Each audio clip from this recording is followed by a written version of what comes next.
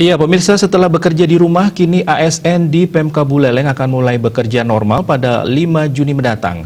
Pemerintah pun menyiapkan skema-skema agar sesuai dengan protokol pencegahan COVID-19.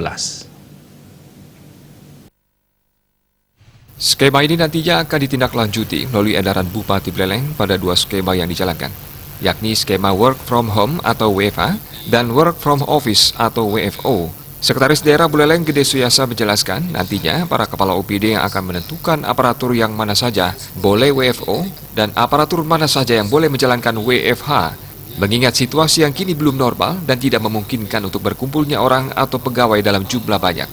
Gede Suyasa menambahkan ada beberapa faktor yang bisa dijadikan acuan oleh pimpinan unit untuk menentukan aparatur mana saja bisa WFO maupun WFH. Di antaranya kondisi kesehatan aparatur dan lingkungan sekitarnya. Tanggung jawab siapa yang boleh work from office dan work from home itu ada di pimpinan unit masing-masing.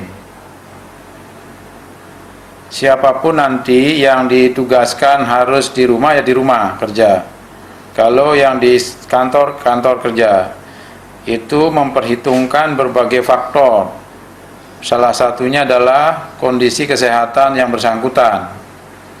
Kemudian lingkungannya, kesehatan lingkungan, apakah dalam keluarganya ada orang yang sakit atau terpapar COVID. Ini juga jadi pertimbangan. Kalau yang bersangkutan, apakah suhu tubuhnya 37,5 derajat di atas itu dalam 2 kali termogan atau tidak. Ini semua dikembalikan kepada masing-masing pimpinan unit di organisasi atau OPD. Edaran ini nantinya akan ditandatangani dan mulai diberlakukan pada 5 Juli mendatang. Komang Yuda, Bali TV.